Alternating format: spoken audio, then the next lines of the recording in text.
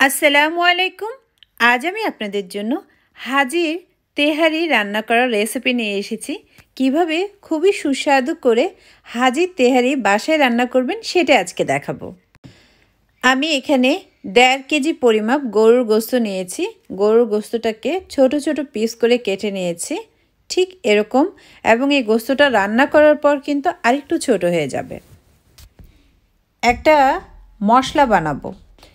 1.5 KG গরুর গোশত এবং 1 কেজি পোলার চাল দিয়ে বিরিয়ানি রান্না করার জন্য মশলার পরিমাপটা হচ্ছে, আমি এখানে বড় সাইজের একটা জয়ফল নিয়েছি, সেখান থেকে একটু ভেঙে রেখেছি কারণ পুরো জয়ফলটা আমার লাগছে না। দারুচিনি 2 টুকরো নিয়েছি, গোলমরিচ নিয়েছি 1 টেবিল স্পুনের মতো, আর এলাচ নিয়েছি 7-8টা, জয়ত্রী নিয়েছি 3 টুকরার মতো, লবঙ্গ এখানে 8টার মতো নিয়েছি। তো এখন সবগুলো মশলা গ্রাইন্ডারের মধ্যে দিয়ে দিচ্ছি। আমি গ্রাইন্ডারে কোনো শক্ত জিনিস গ্রাইন্ড করার আগে একটু ছেঁচে নিই, তাহলে আমার কাছে মনে হয় মেশিনের উপরে জোরটা একটু কম পড়ে। তো এই তো দিয়ে দিলাম। খুব ভালোভাবে গুঁড়ো হয়ে গেলে একটা প্লেটে নিয়ে নেব। মশলাটা কিন্তু রেডি হয়ে গেল। একটা প্যানে নিয়ে নিচ্ছি 1 কাপ পরিমাপ তেল। এখানে আমি 1/2 কাপ নিয়েছি নর্মাল সয়াবিন তেল এবং 1/2 কাপ নিয়েছি সরিষার তেল। দুটো তেল একসাথে মিশিয়ে তারপর 1 কাপ করে দিয়ে দিয়েছি। দুটো তেজপাতা ধুয়ে তারপর ছিঁড়ে তেলের মধ্যে দিয়ে দিলাম। এখন এর মধ্যে দিয়ে দিব 1 কাপ পরিমাপ পেঁয়াজ বাটা। পেঁয়াজটাকে একটু নেড়ে চেড়ে ভেজে নিচ্ছি। এখন এর সাথে আমি দিয়ে দিব 3 টেবিল স্পুন পরিমাপ আদা রসুন পেস্ট।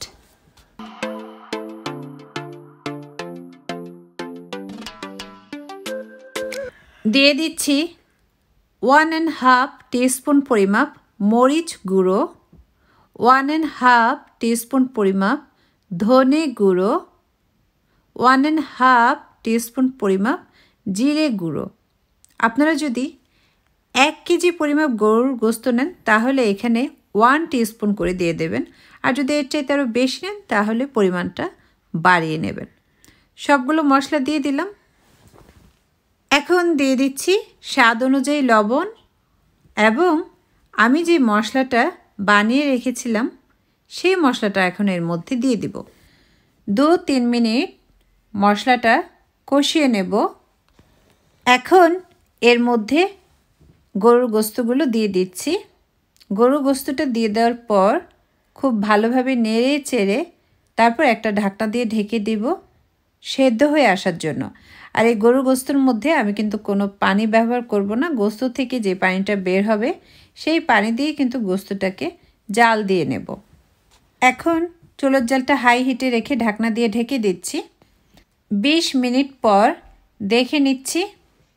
এখন চুলোর জালটা আমি মিডিয়ামে করে নেব।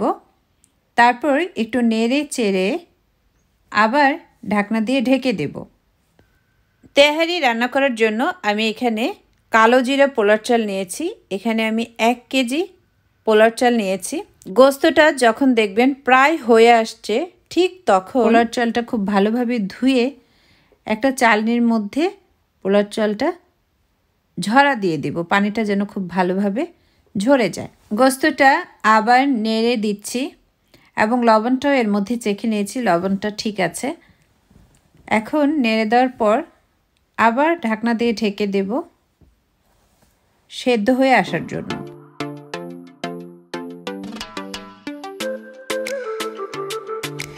ফাইনালি গোশতটা কিন্তু কষানো হয়ে গেল। গোশতটা সেদ্ধ হয়েছে ঠিক মতো। আমি অন্য একটা বাটিতে গোশতগুলো সব উঠিয়ে নিচ্ছি। তারপর এই মশলার মধ্যেই তেহারিটা রান্না করব। ঠিক এভাবে ঝোলগুলো ঝরিয়ে তারপর গোশতগুলো আমি উঠিয়ে নেব। এখন এই মশলার মধ্যে চালগুলো সব দিয়ে দিচ্ছি এবং চুলোর জালটা মিডিয়ামে করে চালগুলো ভেজে নিতে হবে। ভাজতে ভাজতে যখন দেখবেন এই রকম সাউন্ড হচ্ছে তখনই বুঝবেন চালটা ভালোভাবে ভাজা হয়ে গেছে। এখন দিয়ে দিব পরিমাণ মতো পানি। যেহেতু এখানে 1 কেজি পোলার চাল নিয়েছি তাই এখানে আমি 8 কাপ পানি দেওয়ার কথা, আমি দিয়ে দিচ্ছি 10 কাপ পানি, কারণ কালো জিরা চালে সবসময় একটু পানির পরিমাণটা বেশি দিতে হয়। তো আমি 10 কাপ পানি দিয়ে দিলাম। এখন বলক চলে আসলে এর মধ্যে গরুর গোশত সবগুলো দিয়ে দেব। খুব ভালোভাবে গরুর গোশত আর পোলার চালের সাথে মিশিয়ে নিলাম।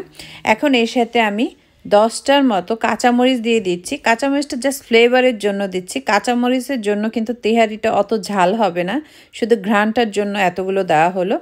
এখন খুব ভালোভাবে নেড়ে চেড়ে একটা ঢাকনা দিয়ে একদম মিডিয়াম আঁচে দমে রেখে দেব।